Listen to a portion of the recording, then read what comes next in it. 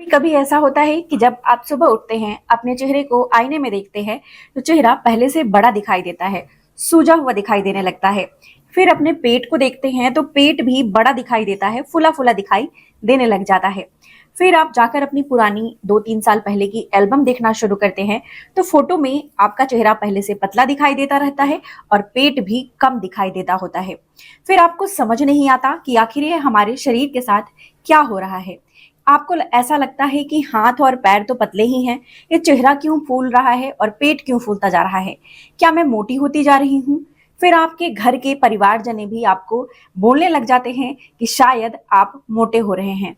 तब आपको ऐसा लगता है कि हाँ, शायद मैं मोटी हो रही हूँ, इसी वजह से ऐसा होता जा रहा है। यह मोटापा बिल्कुल भी नहीं है और इसे मोटापा समझकर नॉर्मल नहीं समझिए। ये आपके शरीर कुछ ऐसे संकेत देने वाला है जिसे आपको पहचान लेना है। हमें अपने शरीर को पहचानना बहुत आवश्यक होता है किसी भी परेशानी होने से पहले। जानेंगे कि आखिर यह पेट क्यों फूल रहा है और चेहरा क्यों बड़ा दिखाई देने लग गया है। साथ ही हम जानेंगे कि कौन सा ऐसा उपाय हमें करना है जिससे यह परेशानी पूरी तरीके से ठीक हो जाए। 5000 साल पहले आयुर्वेद की किताब चरक संहिता में महर्षि इसके बारे में बता चुके थे। नमस्कार, मेरा नाम प्रीति देव है। मैं मास्टर्स हूँ फूड साइंस एंड न्यूट्रिशन में। आप सभी की हेल्थ ट्रेनर और हेल्थ गाइड हूँ। साइंस की बात करें तो हमारे चेहरे का फूलना और पेट का फूल जाना, इसको हम ब्लोटिंग बोलते हैं।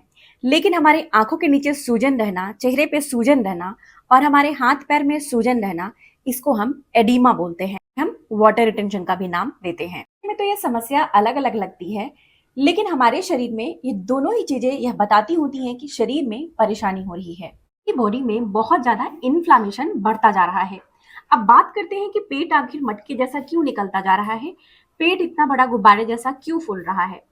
इसके पीछे का कारण होता है कि हमारा खाना सही से नहीं पच रहा और ज्यादातर जब भी हम कुछ खाना खाते हैं तब पेट ज्यादा बाहर निकला हुआ दिखाई देता है।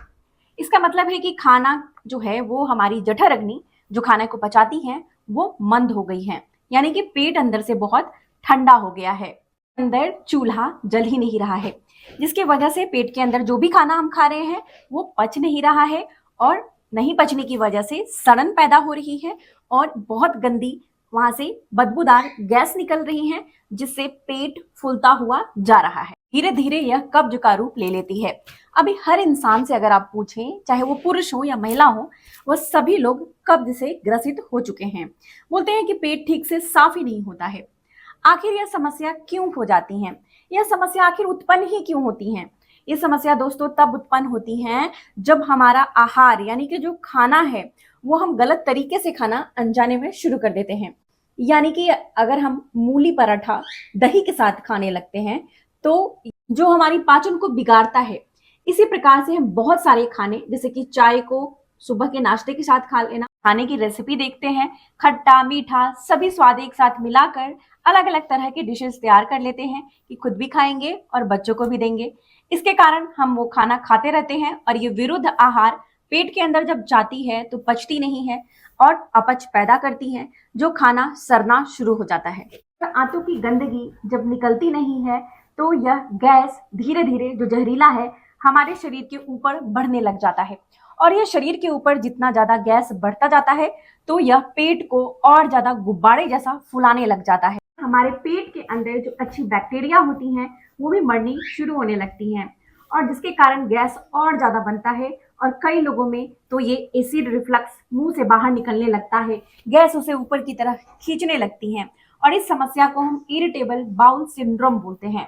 जब भी हम सोने जाते हैं तो वो सारी पित्त जो होती हैं जिसे गैस हमारे मुंह से बाहर निकालने लगता है, जिसके कारण कई सारे लोगों को गले में भी खराश देखने को मिलता है और ये हमारे यहाँ के चेहरे को और पूरे चेहरे को सुजाना शुरू कर देता है। हमारी आंतों में और शरीर में इन्फ्लामेशन तेजी से बढ़ना शुरू होने लगता है। यही कारण है कि हम थोड़ा सा भी कुछ अच्छा खाना भी खाते हैं तो पेट में ये गजब सा बवंडर मचा देता है और हम तुरंत बाथरूम की तरफ भागने लगते हैं और हमेशा परेशान रहते हैं पेट के फूलने से और कई बार तो भूख भी लगनी बंद होने लग जाती है और यह परेशानी दिन प्रतिदिन बढ़ती है। जैसे जैसे ऊपर जाती हैं चेहरे को गुब्बारे जैसा फुलाने लग जाती हैं और कई बार सिर भारी और चक्कर भी दे देती हैं। कि नमक का जरूरत से ज्यादा प्रयोग कर लेना।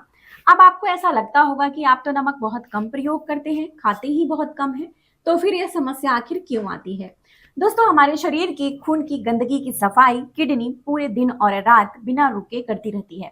लेकिन जैसे ही हम थोड़ा सा नमक खा लेते हैं, अब ये कैसे खाते हैं वो सुनिए, कि हम जब पकोड़े खा लेते हैं तले भुने, या बाहर से स्नैक मंगा के खाते हैं, और साथ में ये पैकेट वाले चिप्स और पैकेट वाले न जाने कितनी चीजें अनजाने में हम खा लेते हैं स्वाद के लिए, और हमें ये नहीं पता होता कि इसमें नमक भर भर के रखी जाती है ताकि यह खराब ना हो, और जिसके कारण हमारे शरीर में जरूरत से ज्यादा नमक चली जाती है।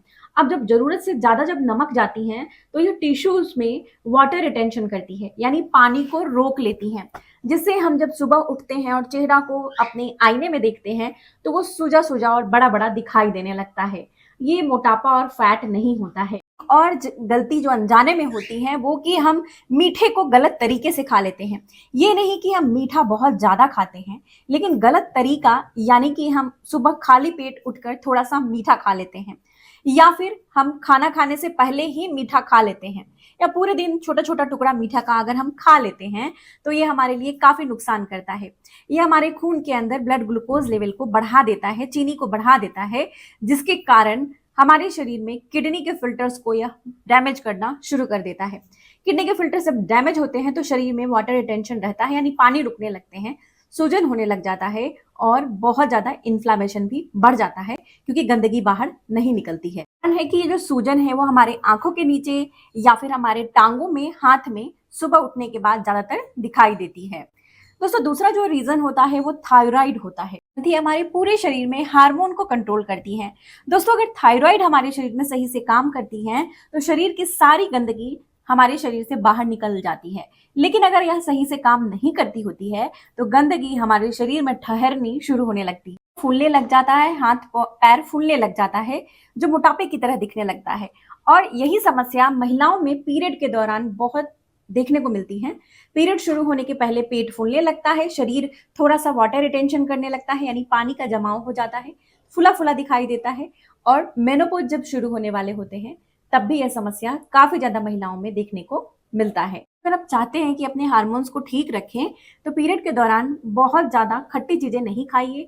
दूध, मलाई या फिर जो चीज, पनीर, ये सारी चीजों को लिमिट में खाएं, यानी कि कम कर दें, तभी शरीर अच्छे से काम करेगी, हार्मोन अच्छे से काम करेंगे। जो आप खाना खाते हैं उसे थोड़ी मात्रा में ही खाएं, घर का बना खाना खाएं और उबला हुआ खाने की कोशिश करें। अगला जो बहुत बड़ा भयंकर कारण होता है वो होता है नींद की कमी। दोस्तों, अक्सर जब हम रात को सोने जाते हैं तो हमारा ज्यादातर समय फोन को स्क्रोलिंग में चला जाता है। हम फोन में इतने बिजी हो जाते हैं या किसी भी काम में इतने बिजी हो जाते हैं कि ठीक से नहीं सोते हैं या लेट को सोने जाते हैं। लेट नाइट जब आप सोने जाते हैं तो पूरी रात करवटें बदलते हैं और आपको सही से नींद नहीं आ पाती है। इसके कारण शरीर में टॉक्सिन्स बढ़ जाते हैं और वाटर रिटेंशन होते हैं, यानी कि हाथ पैर सूजे दिखते हैं, चेहरा भी सूजा हुआ दिखाई देना शुरू होने लगता है, हाथ पैर में सूजन रहने लगता है। स्ट्रेस हार्मोन बहुत ज्यादा बढ़ जाता है, ये इसका बहुत बड़ा कारण है। कॉर्टिसोल्स बढ़ता है। तो इसीलिए अगर आप भी रात को ठीक से नहीं सो रहे हैं तो अलर्ट हो जाएं। अगर चेहरे पे चमक चाहिए और शरीर के मोटापे को दूर करना है तो रात को अच्छी नींद लेना काफी ज्यादा आवश्यक है। चरक संहिता की किताब है तो उसके 26वें अध्याय पे जाइए। वहां पर लिखा हुआ है, क्लियर शब्दों में, साफ शब्दों में लिखा हुआ है कि अगर आपकी चेहरा फूल रही है, पेट फूल रहा है और कब्ज रह रहा है, ये तीनों समस्याएं एक साथ अगर आपको हो रही हैं तो यह वात दोष का एक बहुत बड़ा सिग्नल, यानी कि शरीर बता रहा है कि आप वात दोष के तरफ बढ़ते जा रहे हैं और शरीर में बहुत जल्दी वात दोष आने वाली है। हमारा शरीर 3 ऐसे ऊर्जाओं से चलती हैं जो शरीर के लिए काफी आवश्यक होता है। ये 3 ऊर्जाओं में सबसे पहला वात, पित्त और कफ तीनों होती हैं। जब ये अच्छे से चलती हैं, शरीर में सुचारू ढंग से काम करती हैं, तो शरीर में कोई रोग दोष नहीं लगते हैं।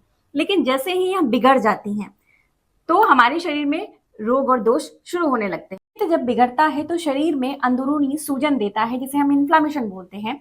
शरीर अंदर से सूखने लग जाता है और बहुत ज्यादा शरीर में गर्मी हो जाती है, जिससे चेहरे पे फोड़े फुंसी होते हैं, एलर्जी होने लग जाती है और कई केसेस में तो ब्लड प्रेशर भी बढ़नी शुरू होने लग जाती है, गैस ब्लोटिंग भी दे देता है। वहीं पर अगर शरीर में कफ जरूरत से ज्यादा बढ़ती है तो शरीर फूलता है, मोटापा हो जाता है, वात बिगड़नी शुरू हो जाती है, जोड़ों में दर्द शुरू हो जाता है, जोड़ों की जो लुब्रिकेशन है यानी चिकनाई है वो सूखनी शुरू हो जाती है।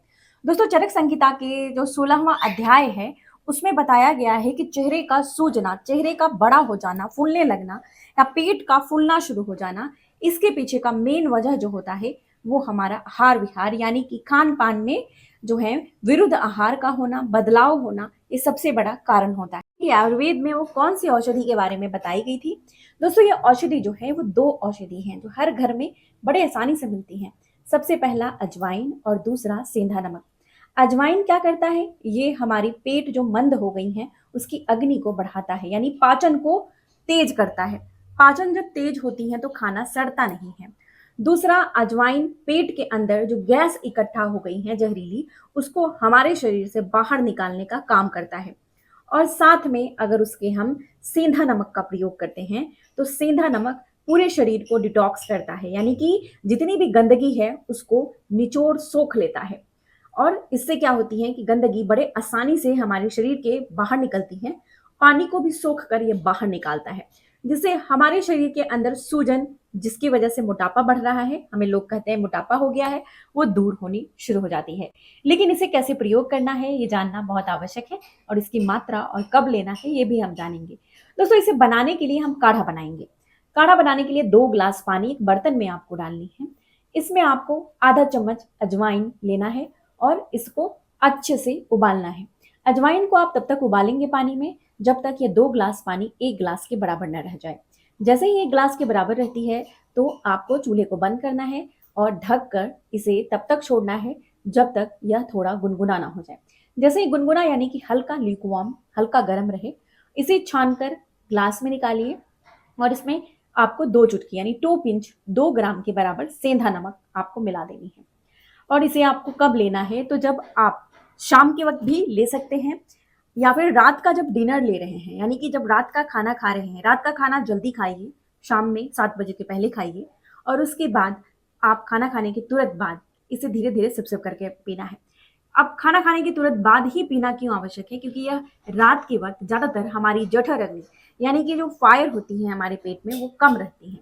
इस दौरान यह क्या करेगा कि खाने को अच्छे से पचाएगा, सड़न होने से रोकेगा, जो गंदगी है उसे सोख कर बाहर निकालने में मदद करेगा, जिससे आप सुबह जब सोकर उठेंगे तो सूजन आपको देखने को नहीं मिलेगी और धीरे धीरे शरीर का मोटापा दूर हो जाएगा। ये थायराइड के लिए भी काफी अच्छा है, किडनी को भी साफ करता है, आंतों को साफ करता है, कब्ज में बहुत फायदेमंद है और वात को भी दूर करता है। अब इसे आपको 5 दिन लगातार लेकर देखें, आपको 5 दिनों में ही जो है वो फर्क दे देगा, जो आप महसूस करने लगेंगे। सुबह जब आईना देखेंगे तो चेहरा पतला दिखाई देगा, पेट अंदर दिखाई देगा, जिससे आपका कॉन्फिडेंस वापस आएगा। इसके साथ ही एक और आपको चूर्ण लेना है, इसे त्रिफला बोलते हैं। त्रिफला को आयुर्वेद में हम रसायन का नाम देते हैं। ना कैसे है, ये आंवला हरड़ बहेड़ा से बना होता है, तो ये लंबे समय तक अगर कब्ज रहती है उस परेशानी को दूर करता है। आपको क्या करना है, आधा चम्मच त्रिफला का चूर्ण लेना है और इसमें आधा चम्मच घी मिलानी है, देसी घी गाय की, और इसे चाट चाट कर खा लेना है। और इसके बाद 1 गिलास गुनगुना पानी पी लेना है। इसे भी आप रात को सोने से पहले आप कर सकते हैं, लेकिन तुरंत नहीं, क्योंकि रात को तुरंत सोने से पहले 1 गिलास पानी नहीं पीना है। सोने के 1 घंटा पहले आप इस उपाय को कर सकते हैं। तो एक बहुत ही ज्यादा क्विक रिजल्ट देने वाला उपाय बता रही हूँ, जिसे 10 से 15 मिनट में आपके पेट के अंदर फंसा हुआ गैस बाहर निकल जाएगा। इसके लिए आपको आधा चम्मच गुनगुना घी लेना है और इसमें आपको हींग मिलानी है। हींग यानी कि जिसे हम एस्फोटिडा इंग्लिश में बोलते हैं। इसमें हींग आपको 2 चुटकी मिलानी है घी में, अच्छे से मिला दे और अपने नाभि के, जहाँ पे नाभि होती है पेट पर, वहां पर हल्के हाथों से आपको गोला गोला मालिश करना है पेट पर।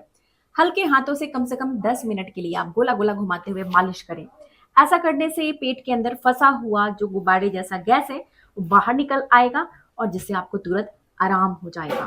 तो इसे आप जब भी आपको लगे कि गैस फंस रही है जरूर से करें, तुरंत रिजल्ट के लिए। कम 10 से 15 मिनट सुबह और शाम टहल लेना काफी ज्यादा आवश्यक रहेगा, जिससे अच्छी नींद भी आएगी और शरीर स्वस्थ भी रहने लगेगा। मुझे पूरा भरोसा है आज की यह जानकारी आपको बहुत अच्छी लगी है और इसे आप लाइक और शेयर भी करने वाले हैं। तब तक अपना बेहद ख्याल रखिए। सबसे जरूरी मुस्कुराना नहीं भूलिए।